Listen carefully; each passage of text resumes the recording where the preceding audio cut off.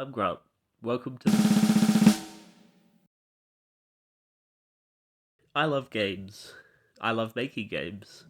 I love movies. I love making movies. So why not make a game about making movies?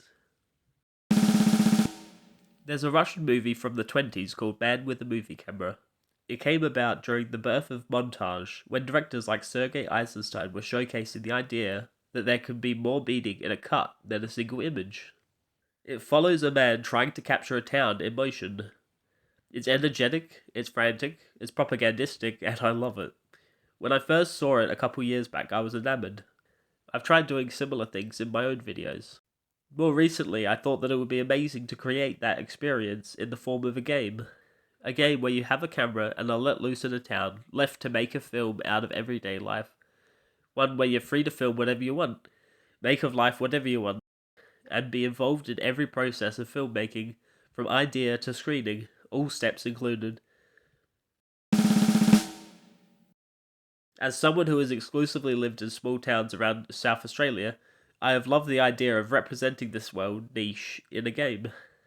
Not wanting to overscope, and liking the idea of a period piece, I thought I'd set the game in the 20s, after the birth of cinema and the birth of a town. Most buildings in the town will be under construction.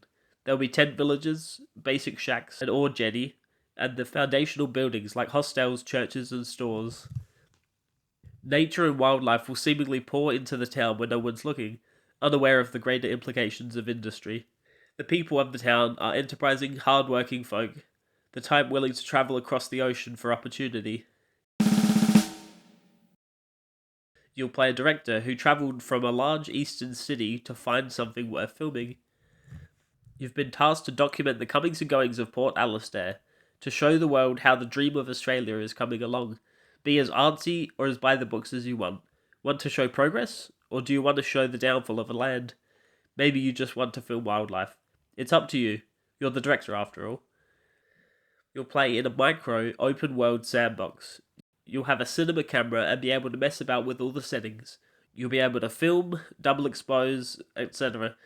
You'll have to get the film developed, cut it together, create title cards and intertitles, and do whatever else it takes to get your picture on the big screen.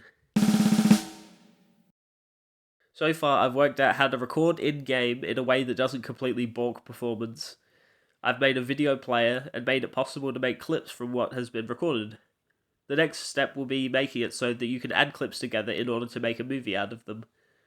What I've got so far is hardly even the beginning of what I imagine the game will be, but it's promising.